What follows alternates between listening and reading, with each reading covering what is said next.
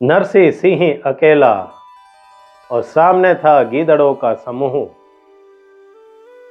नरसिंह मेहता अपनी भक्ति रस भरी रचनाओं के लिए आज प्रसिद्ध है, लेकिन जब वे जीवित थे तब आर्थिक रूप से अति दरिद्र और सामाजिक रूप से अति प्रताड़ित रहे, तिरस्कृत रहे। उनके समाज के ब्राह्मणों ने ही उनका सबसे अधिक विरोध किया था। नरसिंह सभी लोगों के साथ जातिवाद का भेदभाव रखे बगैर समान रूप से भक्ति भाव से मिलते थे, और वह बात उन ब्राह्मणों को चुभती थी। इसलिए उनका तिरस्कार हुआ करता था। तो नरसिंह तो अकेले ही रहे, शेर की तरह। समाज गीदड़ों की तरह उनके ऊपर चिल्लाता रहा, विरोध करता रहा, प्रताड़ित करता रहा, डराता रहा, धमकाता रहा, नजरअंदाज करता रहा। लेकिन शेर डगा नहीं, अपनी राह पर चलता रहा।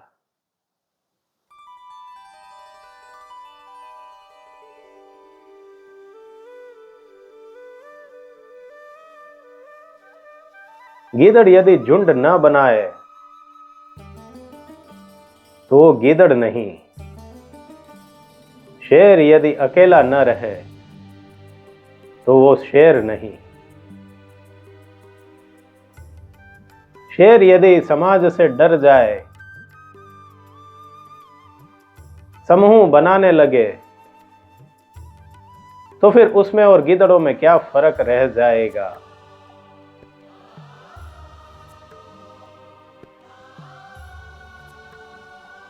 गीदड़ तो अपनी भौतिक आवश्यकताओं के कारण समूह बनाते हैं।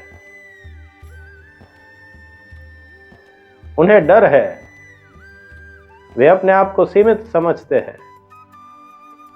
उन्हें नित नवीन भोग चाहिए, इसलिए उनके लिए समूह बनाना आवश्यक है।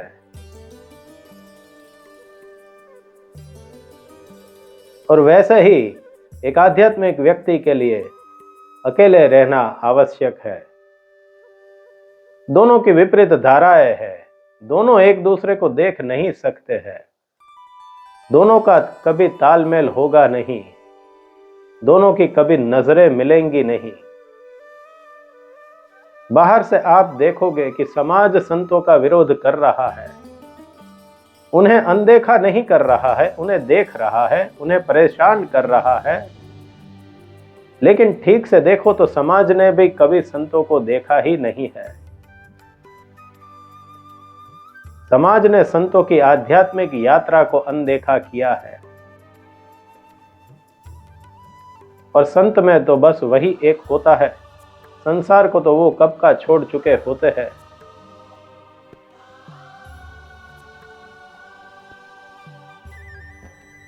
इसीलिए हम कहते हैं कि एक आम आदमी संत को तो देखता ही नहीं है। जिन्हें वे संत समझकर बैठते हैं वो शायद संत भी नहीं है। सच्चे संतों को तो आदमी देख ही नहीं पाता है।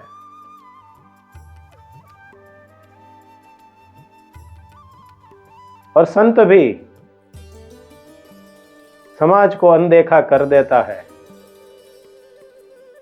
उसी के कारण तो वो साधक में से संत बन पाता है।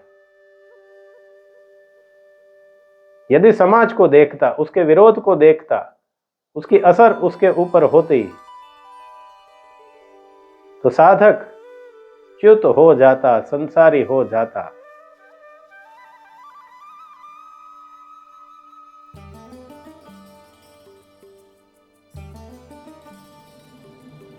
एक संत समाज में और समाज के हर व्यक्ति में कितनी अध्यात्म है वही देखता है, और वह साफ साफ देख लेता है कि अध्यात्म तो आम लोग में बहुत कम है।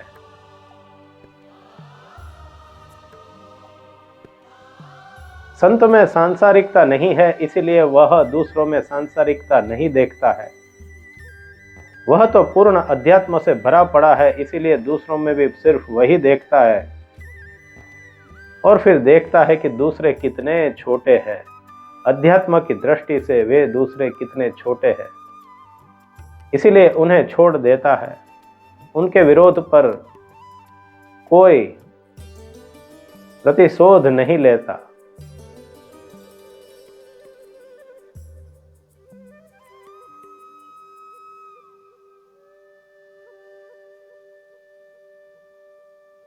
शेर जब छोटा होता है, यानी संत जब साधक ही होता है, तब उसे विशेष ध्यान रखना होता है। समाज तो हर पल विरोध करता रहेगा, अपने समूह का फायदा उठाकर अकेले संत पर हमला बोलेगा, मौके का फायदा उठाएगा। लेकिन संत को सामने प्रतिकार नहीं देना है।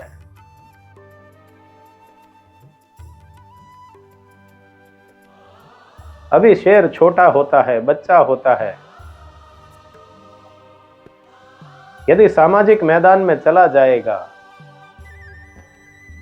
तो वहां उसे नोच नोच कर मार देंगे, उसकी थोड़ी सी आध्यात्मिक प्रगति को छिन्न भिन्न कर देंगे।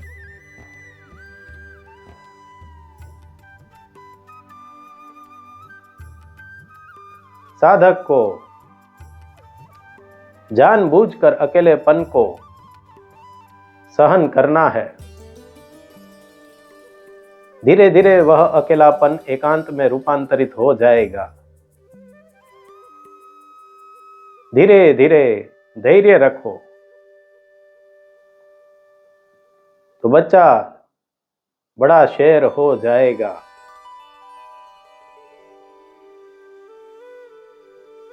धीरज की बहुत कमी है इंसान में, इसीलिए सच्चे संत बहुत कम होते हैं।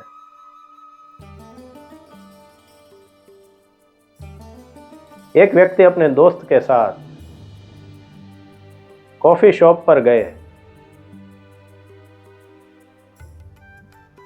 और एक गर्मा गर्म कॉफी का ऑर्डर किया। कॉफी जब आई तब एक दोस्त जल्दी जल्दी से उसे पीने लगा, तो दूसरे दोस्त ने आश्चर्य से पूछा कि इतनी जल्दी क्या है, आराम से बैठो, बैठने के ही तो पैसे दिए हैं।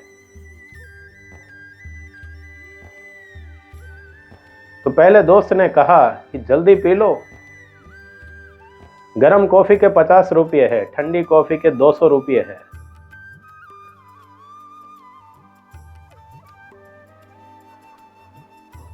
बहुत सारी भ्रांतियों में हम जीते हैं ऐसी, इसीलिए धीरज की कमी है। बहुत जल्दी बड़ा हो जाना है तो फिर कभी बड़े हो नहीं पाओगे।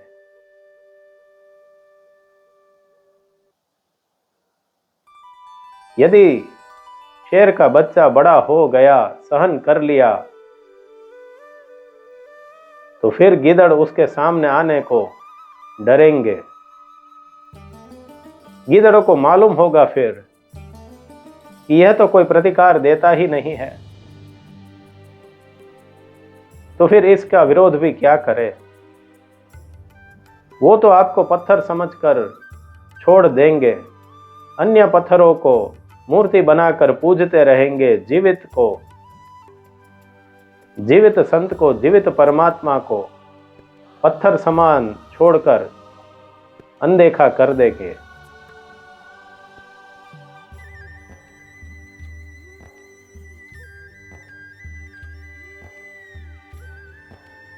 लेकिन शेर बच्चे में से यदि बड़ा हो गया और कभी गलती से भी दहाड़ भी लगा दी तो वो गीदड़ों का हृदय बंद हो जाएगा। इतना बड़ा एक संत हो जा सकता है, लेकिन संत ऐसी दहाड़ कभी नहीं लगाएगा, कभी समाज को डराएगा नहीं। सोए हुए को डरा के भी करना क्या है।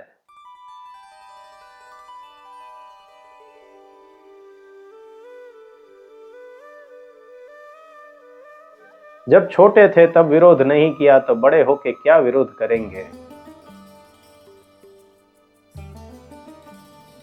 संत हमेशा दया भाव रखते हैं, इसीलिए नरसिंह गाते थे, पर दुखे उपकार करे तो ये मन अभिमान न आने रे। उनके ऊपर दुख भी आ जाए तो भी आपको मदद किया करते हैं और फिर भी अभिमान नहीं रखते हैं।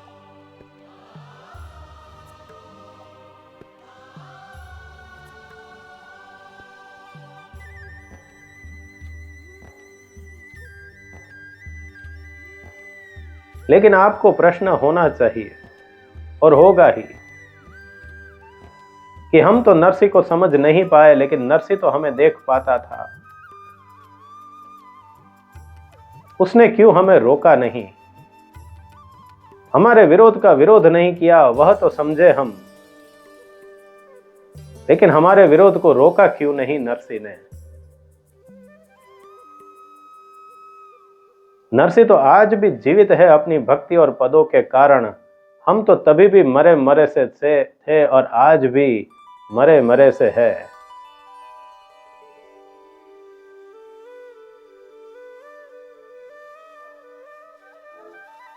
हमारी इस हालत का नरसिंह को तो ज्ञान था, हमारे से ज्यादा हमारी हालत का ज्ञान नरसिंह को था, तो उसने हमें जगाया क्यों नहीं। शिकायत है हमें नरसिंह से, बहुत सारी शिकायतें हैं। हम तुम्हारी गोद में नहीं आए तो तुम तो हमें ले सकते थे, हम तो बच्चे थे, तुम तो बड़े थे। अरे गोद में नहीं लिया तो कुछ नहीं, कम से कम उंगली तो दे देते।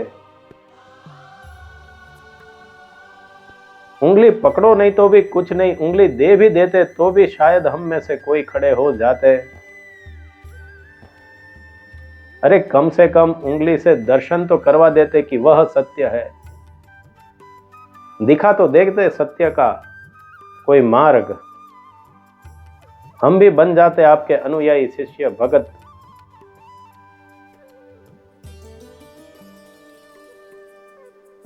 लेकिन तुमने तो किसी को अपनाया ही नहीं, बस खुद का स्वार्थी कार्य कर लिया और हमें छोड़ दिया।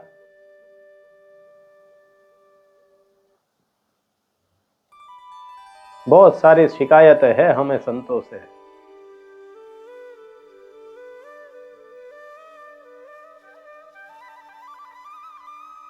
हम तो तुम्हारा विरोध करते रहे, उस विरोध के कारण तुम्हारी वृद्धि हो गई, लेकिन हम तो च्युत हो गए। हमारे तो पाप कर्म इतने बढ़ गए कि हम आज तक सोए हुए हैं। अनजाने में हम तुम्हें आगे बढ़ा दिए, तुम तो जानबूझकर हमें थोड़ा सा उठा तो देते। बहुत शिकायत है नरसिंह हमें तुमसे, साथ न लिया तो कुछ नहीं, आगे पीछे तो किसी को रख लिया होता।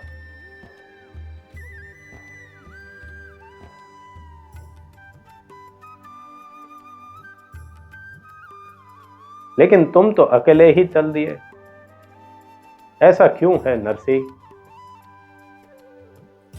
और यही प्रश्न हमें शायद कई संतों के साथ हो सकता है।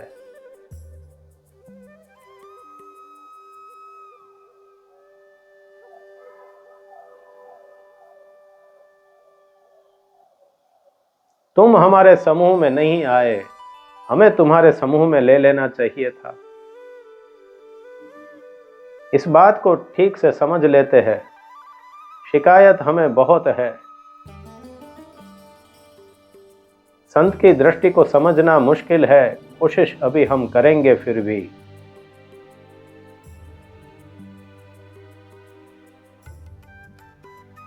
अध्यात्म का रास्ता एकांत का है, वहां समूह साथ बना के नहीं चल सकते हैं।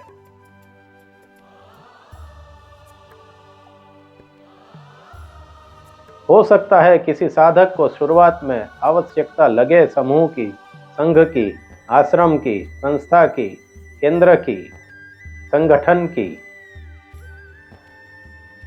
और वह उसे अपनाए तो ठीक है। ओम सह नाववतु की भावना के साथ आगे बढ़े तो ठीक है। लेकिन याद रखना, यह साथ तुम्हारा बाह्य है।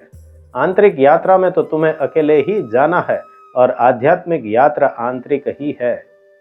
तुम किसी के साथ वह यात्रा कर ही नहीं सकते हो। हम सब उस यात्रा में अकेले हैं, क्योंकि हमारे सिवा और कोई है ही नहीं। हमें अपने आप को साधना है, तो उसमें दूसरों के साथ हम कैसे जा सकते हैं?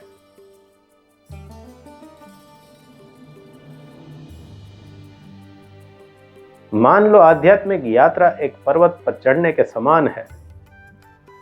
नीचे तुम अनेकों के साथ शुरुआत करते हो, जैसे जैसे ऊपर चढ़ते जाओगे साथ छूटता जाएगा। बहुत कम लोग उस कठिनता को सहन करेंगे, एकांत को सहन करेंगे। नीचे लुढ़क जाना आसान है, समाज में वापस चले जाना आसान लगेगा, ऊपर उठते जाना कठिन लगेगा।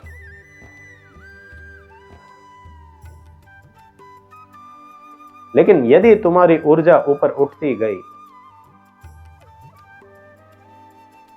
तो फिर देखोगे कि साथ छूटता जाता है, और फिर शिखर के आते आते तो वहां रास्ता इतना छोटा हो जाता है कि मुश्किल से एक आदमी उधर से जा सकता है।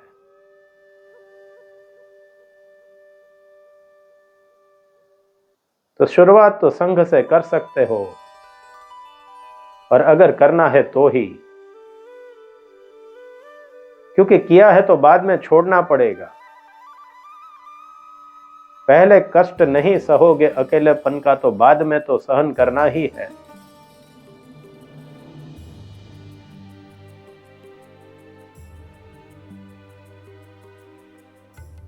और जैसे जैसे शिखर तक पहुंचते गए, तुम शुद्ध होते गए, तुम अपने आप में पतले होते जाओगे। शरीर से नहीं हम बात कर रहे हैं, इतना तो स्पष्ट है। यह आंतरिक यात्रा की बात है। उस शिखर पर आप पहुंचोगे तब देखोगे कि अब आगे चलकर कहीं जाना ही नहीं है। अगर और आगे जाना है तो वह शिखर नहीं है।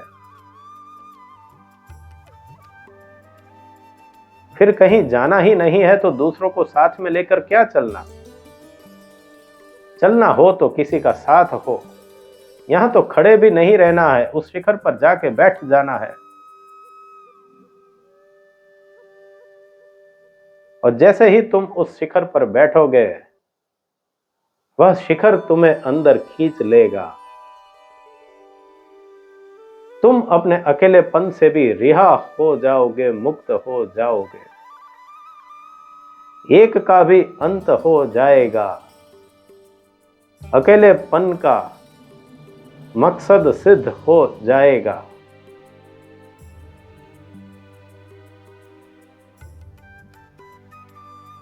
तो जब अपने आप से छूट जाना है तो दूसरों को साथ क्यों लेना है?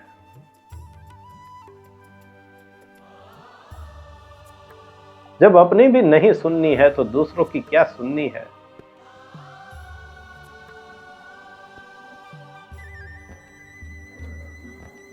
जब तुम किसी को साथ में लेते हो तब तुम तो हो, और जितना ज्यादा साथ होगा उतना ज्यादा कठिन होगा अपने आप से छूटना। चढ़ान वाली यात्रा करनी है तो सामान हो सके उतना कम रखो।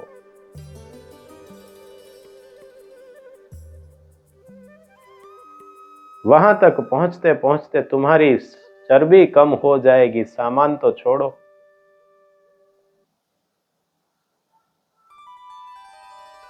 राख बन जाना है।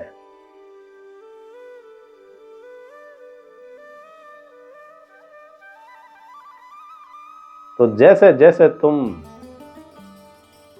आगे बढ़ते जाओगे, उसके साथ साथ साथ छूटता जाएगा। न तुम रहोगे न दूसरा रहेगा, सब कुछ जल के राख हो जाएगा। फिर उसमें से निकलेगी एक रोशनी,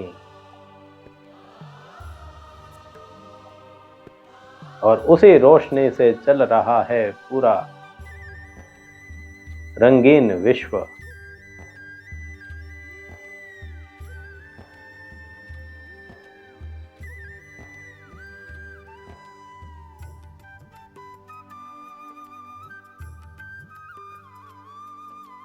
तो हमें शिकायत तो है बहुत संतों से कि हमें साथ में क्यों नहीं लिया,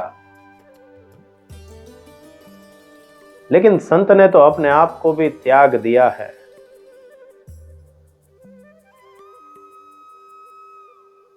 हम तो शिकायत करते हैं उनसे, लेकिन वो कहां सुनने को हाजिर है।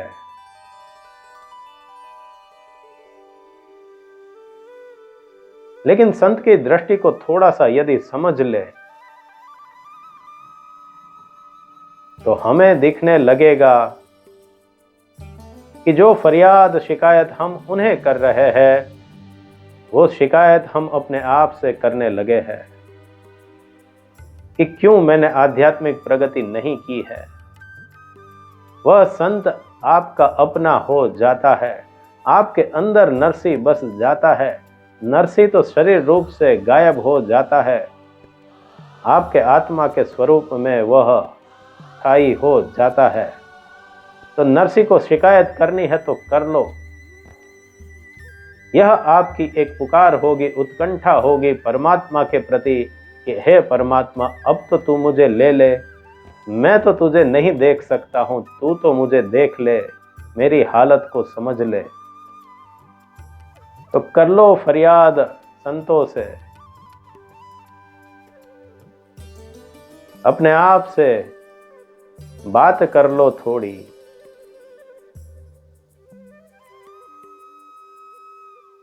पूरी शक्ति लग जाएगी तुम्हारी जागने में।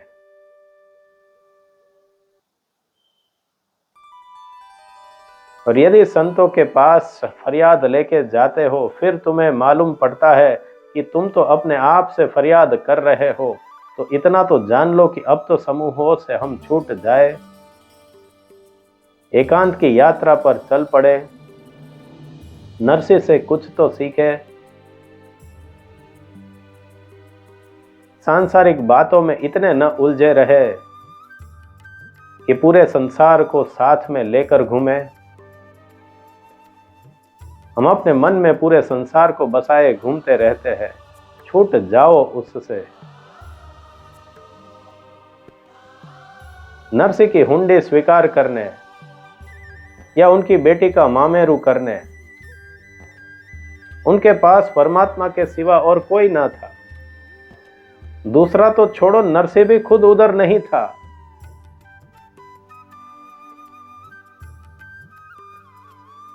नरसी के लिए तो वह आवश्यकताएं परमात्मा की थी, तो परमात्मा ही उसे पूर्ण करे, और परमात्मा पूर्ण करता भी है।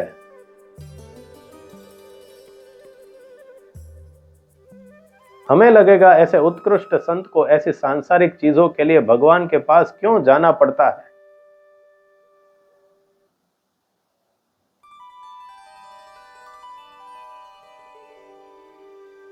लेकिन प्रभु के पास न जाए भक्त तो और कहां जाए, क्योंकि प्रभु के वचनों को सुनकर ही तो शेर का बच्चा बड़ा हुआ है। ये परमात्मा का वचन है, योगक्षेम वहाम्यहम्।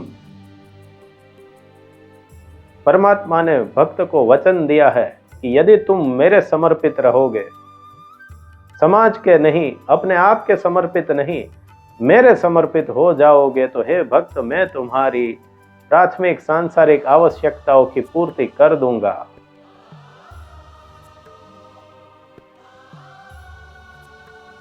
उस एक विश्वास पर तो संत चले हुए होते हैं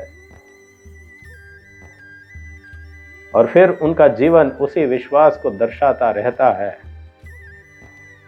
हमारे लिए उदाहरण बनाकर जाता है। हम भी ऐसे परमात्मा चाहते हैं जो हमारी सांसारिक भूखों को संतुष्ट करे, लेकिन हम नरसिंह की तरह समर्पित हो जाना नहीं चाहते हैं। नरसिंह को वह परमात्मा मिले, वह कृष्ण मिले, इसीलिए हम भी वह कृष्ण को पूजते हैं, लेकिन नरसिंह की तरह पूजते नहीं है, इसीलिए नरसिंह की तरह दर्शन होते नहीं है।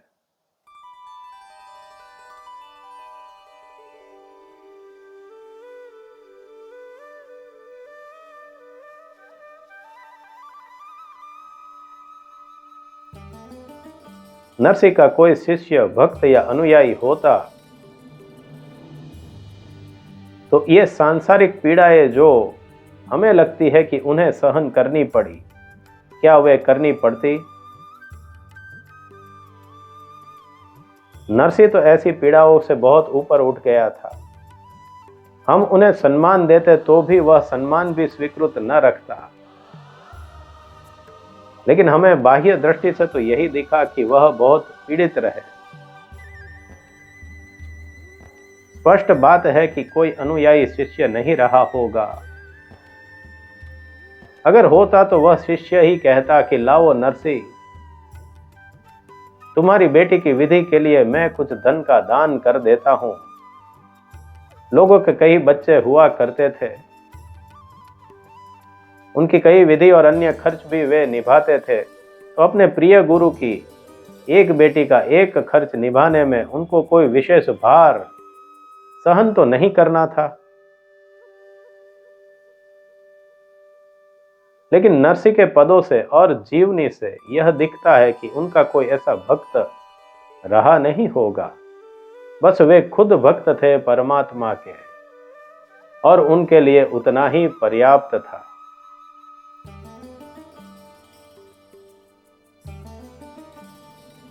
और यदि किसी साधु के लिए उतना ही पर्याप्त नहीं है तो वह साधु नहीं है।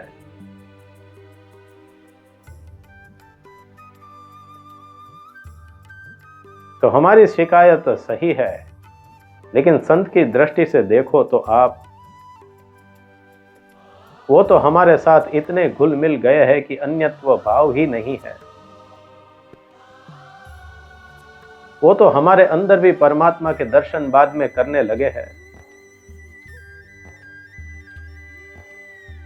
हमारी सांसारिक वृत्तियों को अनदेखा करते करते, हमारे अध्यात्म के छोटे बच्चे को देखा करते करते वे इतने बड़े हो गए कि हमारे अंदर ही पूर्ण परमात्मा के दर्शन वे करने लगे। फिर हमें क्यों सुधारेंगे?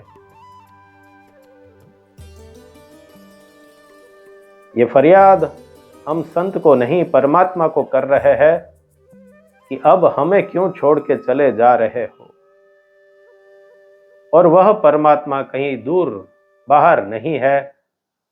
अब यह फरियाद जो हमने बाहर की थी हमारे समीप आती है, और समीप ही क्यों हमारे अंदर आती है कि हम अभी आध्यात्मिक प्रगति क्यों नहीं कर रहे हैं, क्यों उसको ऐसी प्राधान्यता नहीं दे रहे हैं जो नरसिंह जैसे संत ने दी। शिकायत आप संत से कर रहे हो, खुद से करो। खुद अपने आप को उठाओ,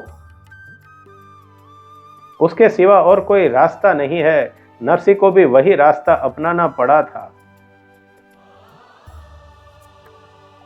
समाज ने बहुत परीक्षा की, उस परीक्षाओं को अपना ईंधन बना लिया। अपनी आध्यात्मिक यात्रा को आगे बढ़ाने के लिए उसे ईंधन बना लिया और उसी ऊर्जा का उपयोग करके वे आगे बढ़ गए। आप भी वही कर सकते हो। किसी नरसिंह की, किसी संत की, किसी परमात्मा की राह मत देखो। अगर आपके अंदर उत्कंठा आई है तो वह ऊर्जा भी आपके अंदर आएगी कि आप ऊपर उठ जाओगे इस संसार से।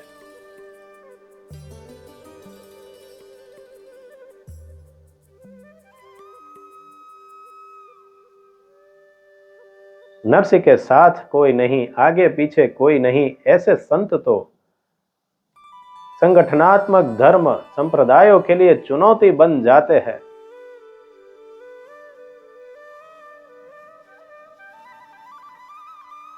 उन्हें वे समझ नहीं सकते, समझा नहीं सकते, हजम नहीं कर सकते, देख नहीं सकते, अनदेखा भी नहीं कर सकते। करे तो करे क्या?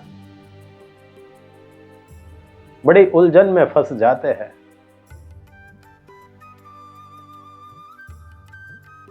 न संत के वे नमस्कार कर सकते हैं, क्योंकि उन्होंने अपने आप को बड़ा संत बना के समाज में पेश किया हुआ होता है, और वे संत भी उन्हें कुछ ज्यादा सिखाना जैसे नहीं चाहते हैं।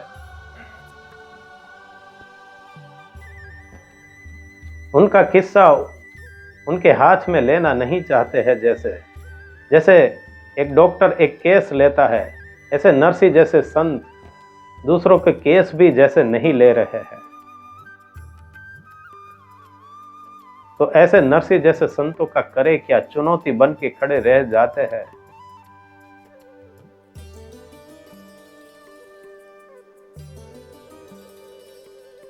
अगर उनकी संत के रूप में स्वीकृति कर ले, तो फिर समाज में ऐसा कैसे कह सकते हैं कि हमारा पंथ ही सबसे उत्कृष्ट है,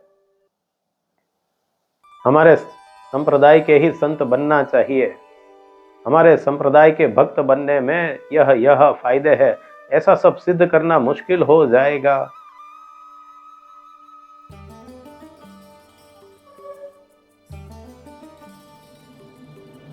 लेकिन कहीं ना कहीं हम देखते हैं कि इन संप्रदायों को ऐसे संतों की चुनौती को कुंठित करना अच्छे से आता है। वे ऐसा कर सकते हैं क्योंकि समाज सोया हुआ है।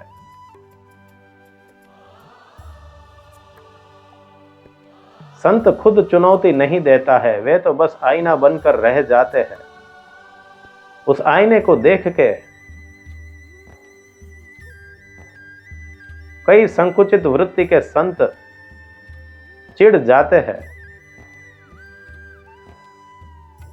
चुनौती जैसे मानने लगते हैं, और फिर उस चुनौती को सामना भी कैसे करना उन्हें आता है।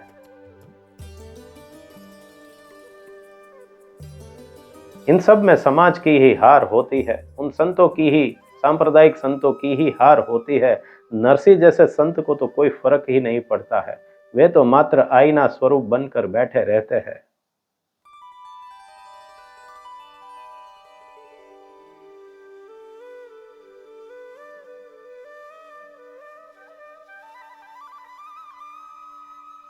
आज जैसे कई संत है, वैसे नरसिंह के समय में भी कई थे। आज जो संप्रदाय है, उनमें से ज्यादातर संप्रदाय उस समय भी थे। उन संप्रदायों के और उन संतों के लाखों शिष्य भगत जगत आज की तरह पहले भी थे, लेकिन उनमें से किसी का भी उल्लेख आज हमें देखने को नहीं मिलता है। लेकिन नरसिंह तो सभी के लिए प्रिय हो गए हैं, और आश्चर्य की बात है, इसमें वे सभी संप्रदाय भी आ जाते हैं जिन्हें नरसिंह अब अति प्रिय लगने लगे हैं।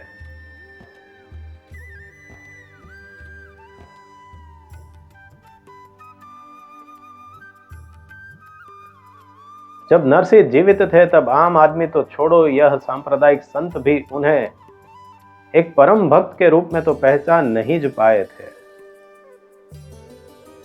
अगर पहचान ले तो ऐसी तकलीफों का सामना नरसिंह को करना न पड़ता।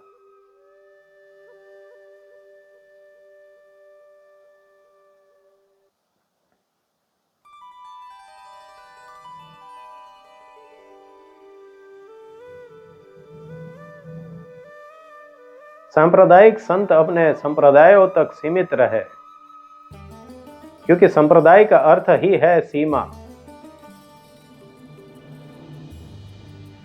सीमाओं के बंधन को आप पहचानते नहीं हो, उसको रक्षण समझने लगते हो। शायद शुरुआत में आपके लिए वह जरूरी हो, लेकिन बाद में वही सीमा ही जो आपको रक्षण दे रही है, वही आपके लिए बंधन हो जाती है। तो हे साधो, चाहे आप कोई संप्रदाय में रहो या न रहो, उसको उतनी गंभीरता से न रखो। उसकी सीमाओं का उल्लंघन करके आप इतने ऊपर उड़ जाओ कि आप विलीन हो जाओ।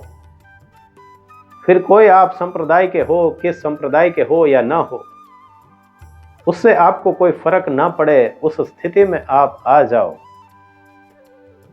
और जब तक आप ऐसी स्थिति में नहीं आओगे, अपने संप्रदाय को ही अधिक से अधिक महत्वता देते रहोगे, तब तक आप अपनी सीमाओं को कितना भी बढ़ा दो, आप बंधन में ही रहोगे। अगर आप सीमा के बंधन में रहे तो आप कोशिश करोगे कि आपकी सीमा बढ़ती जाए। अरे सीमाएं बढ़ानी नहीं है, सीमाएं तोड़ देनी है। सीमाएं बढ़ाने के लिए आप दूसरे लोगों को आपके तरफ आकर्षित करना चाहोगे, संग साथ बनाना चाहोगे। सांसारिक यात्रा फिर और गहरी हो जाएगी।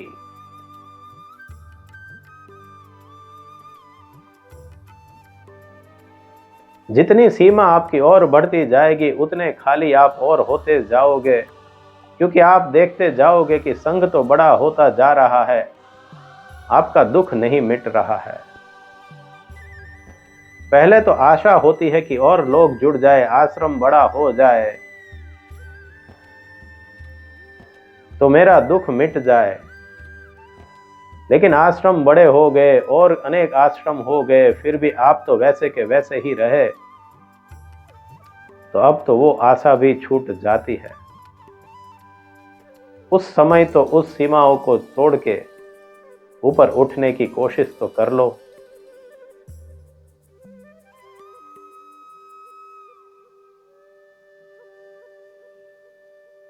इसमें किसी व्यक्तिगत सांप्रदायिक संत पर हमारी टीका नहीं है।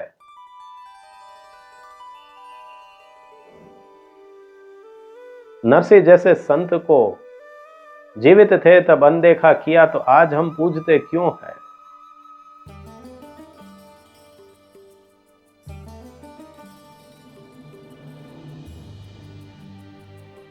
एक बात आपको सभी संतों में समान रूप से दिखेगी कि जब वे जीवित थे तब उनको अनदेखा किया गया, हो सके तो उन्हें नीचा दिखाने की कोशिश की गई, और फिर उनके मृत्यु के कुछ वर्षों के बाद उन्हीं के नाम का उपयोग करके और लाखों भक्त को बटोरने की कोशिश की गई है। कई संतों के साथ ऐसा होते हुए आपने देखा होगा।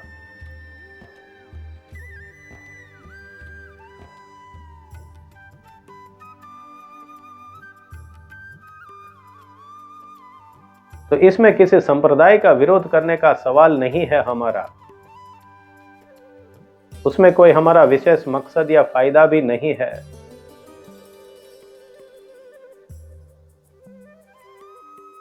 सभी संप्रदाय प्रकृति के हिस्से ही है, नए नए संप्रदाय और बनते ही जाएंगे। नरसिंह को सभी संप्रदाय स्वीकार्य थे और हमें भी है। हम तो बस इतना कहना चाहते हैं कि संप्रदायों का उपयोग आप अपने वृद्धि के लिए कर सकते हो, लेकिन देखना, ध्यान रखना कहीं वही आपकी संकुचितता न बन जाए।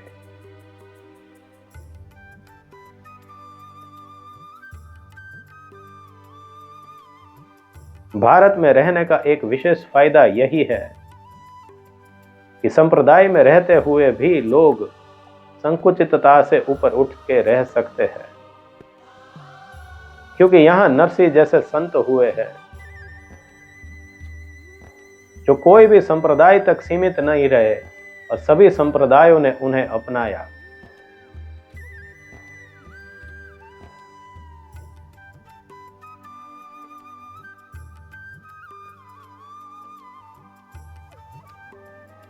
तो हे साधक, यह सब वक्तव्य आपके लिए है। हमें किसी की टीका नहीं करनी है, हमें किसी के कर्मों के पीछे की कमजोरी को टटोलना नहीं है। हमें तो जो पाठ ग्रहण करना है उसे ग्रहण कर लेना चाहिए। और वह पाठ यह है कि किसी व्यक्ति के कितने शिष्य, अनुयायी या भक्त है, उससे उसका संतत्व निर्धारित नहीं होता है। बाकी के जो समाज के लोग हैं, उनके विरोध का भी सामना कर लो, शांत हो जाओ, उनका प्रतिकार न करो, हो सके तो उनका भी भला कर लो। हमें सीखना चाहिए नरसिंह मेहता की प्रसिद्ध पंक्तियों से। उनमें से एक पंक्ति को अभी हम गाएंगे। वैष्णव जन तो तेने रे कहिए जे, पीड़ पराई जाने रे, पर दुखे उपकार करे तो ये मन अभिमान न आणे रे, वैष्णव जन तो।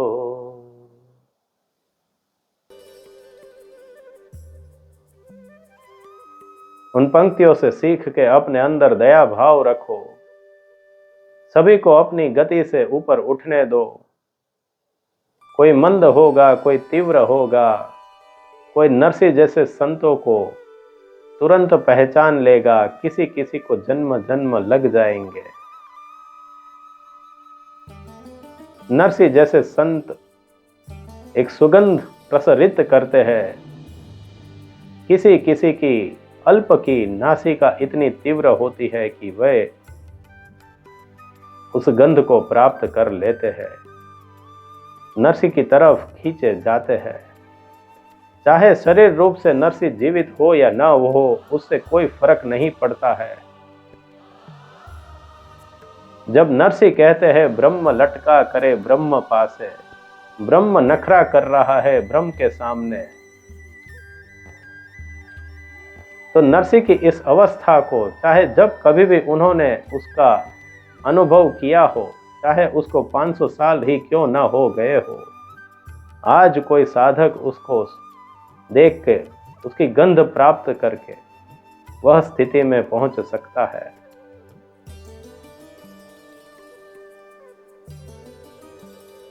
लेकिन बेहतर तो यही होगा कि हम जीवित संत को पहचान लें। यदि नरसिंह जैसे जीवित संत को यदि हम पहचान ले, जो अल्प होता है, लेकिन यदि पहचान ले तो हमारा जीवन रूपांतरित हो जाता है। हम जीवन मृत्यु के चक्र से मुक्त हो जा सकते हैं। नरसिंह मेहता जैसे संतों को पहचानने मात्र से इतना फल हमें मिल सकता है। इतने बलिष्ठ, इतने बब्बर शेर थे वे।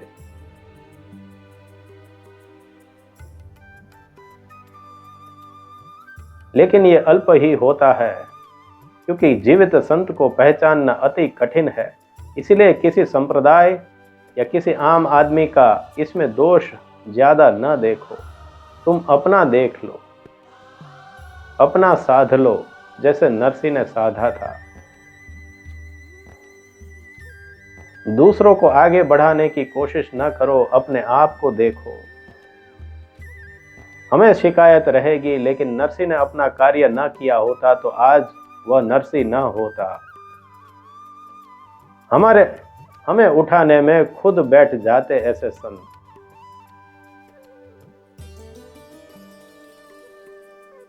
एक व्यक्ति ने अपने मित्र से पूछा कि तुम्हारी पत्नी घुड़सवारी सीख रही थी क्योंकि उसे वजन कम करना था, तो क्या वजन कम हुआ?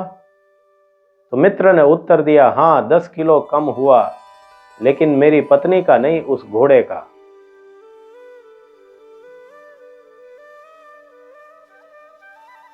हम तो इस घोड़े की तरह भी नहीं है, गधे की तरह है। और गधे को यदि गर्मा गर्म पूरी हलवा भी दे दे तो गधा क्या सोचेगा?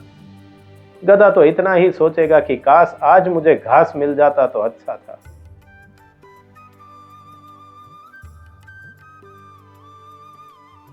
गधे की आवश्यकता उतनी ही होती है। हम तो बच्चे हैं, शिकायत कर लेते हैं, लेकिन हम देख नहीं रहे हैं कि हम कितने नाबालिग हैं।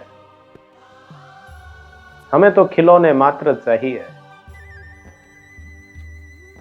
कभी कोई संत वाकई में आ जाए तो हम उन्हें गिरा देंगे, हम उनकी चर्बी कम कर देंगे। हमारी तो कभी होगी ही नहीं।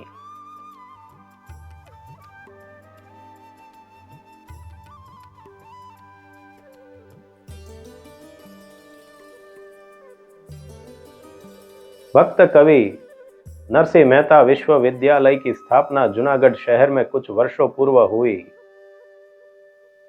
उस विश्वविद्यालय के सभी प्राध्यापक मिलकर भी जो ज्ञान,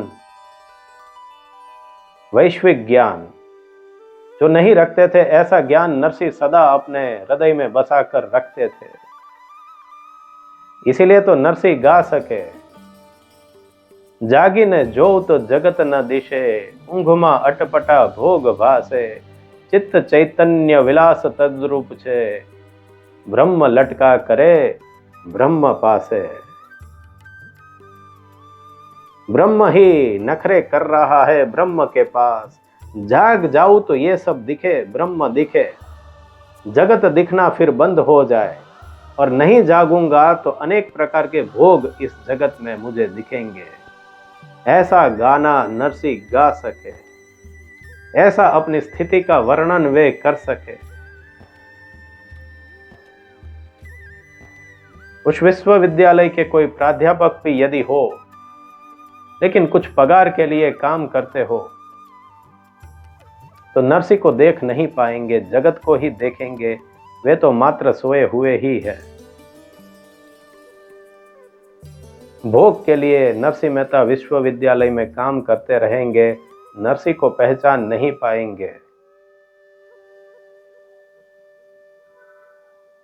उसी विश्वविद्यालय के एक कार्यक्रम में एक राजनेता भाषण दे रहे थे। कह रहे थे कि आज भारत के विद्यार्थियों को विदेश जाने की आवश्यकता नहीं है, उल्टा विदेश के विद्यार्थी भारत आ रहे हैं, इत्यादि बड़ी बड़ी बातें कर रहे थे, जिसका सारांश इतना ही मात्र था कि हमारा राजतंत्र ठीक चल रहा है, हम आपको विकास के मार्ग पर लेके जा रहे हैं। लेकिन क्या वे ऐसा कह पाएंगे कि अब किसी संत को, सच्चे संत को नरसिंह मेहता की तरह पीड़ित नहीं होने देंगे? क्या वे ऐसा कह पाएंगे कि संतों को और आश्रमों को राजतंत्र में फैले हुए भ्रष्टाचार का सामना नहीं करना पड़ेगा? ऐसा कहना मुश्किल है उनके लिए, क्योंकि जीवित संत के मामले में भारत और सभी समाज, सभी संस्कृतियां पहले की तरह आज भी नींद में है, सोए हुए हैं हम। नरसिंह तो जाग गए और कह दिए नरसिंह ने कि जाग जाऊं तो जगत न दिशे, दिखता नहीं है नरसिंह को यह जगत।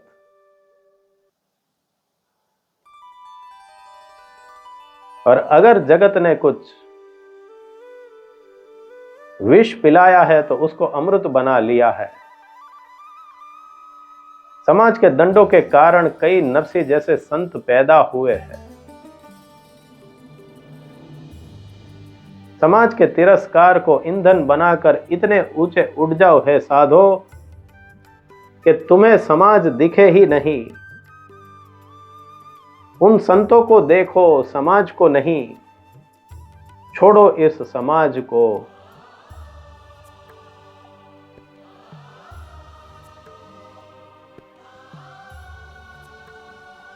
जाग जाए तो जगत न दिखे।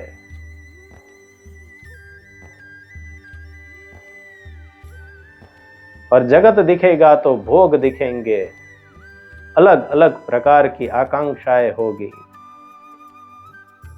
नरसिंह के लिए सब कुछ समाप्त हो गया था, सम हो गया था। आपको क्या जगत अभी दिख रहा है?